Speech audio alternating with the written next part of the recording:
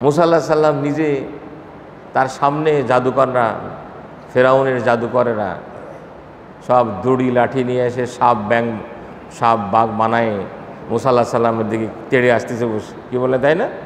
আপনারা জানেন আল্লাহ পাক তাকে এগুলি মোকাবেলা করার জন্য একটা লাঠি দিলেন। হ্যাঁ, তুমি লাঠি ফেলে পড়ো, তোমার সাপ অজগর এই সব খেয়ে ফেলবে।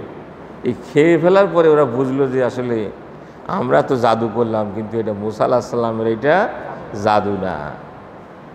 ওরা জানে যে এটা জাদু, কিন্তু সেই মুসা আলাইহিস সালামের এই লাঠি মার্কা সাপ যখন সব খেয়ে ফেললো, তখন ওরা দিব্যি বুঝে ফেললো যে এটা ওইটা কিন্তু জাদু হইতে পারে না। আমাদের এই জাদু যেটা খেয়ে ফেলে এটা জাদু না।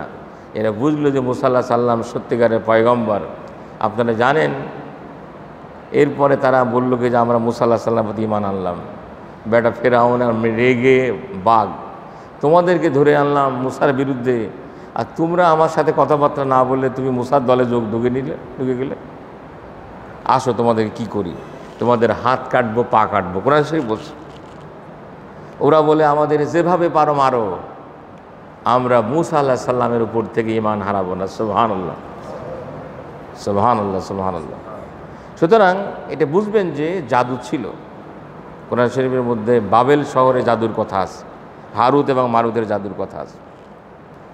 জাদু ছিল পৃথিবীতে, অতীতে ছিল, আজ ছিল, আজ আছে, আগামীতেও থাকবে। বিভিন্ন জায়গাতে মানুষেরা অন্যায়ভাবে এই জাদু প্রয়োগ করে মানুষের ক্ষতি করার চেষ্টা করে। গ্রাম অঞ্চলে বেশি করে, শহর অঞ্চলেও আছে।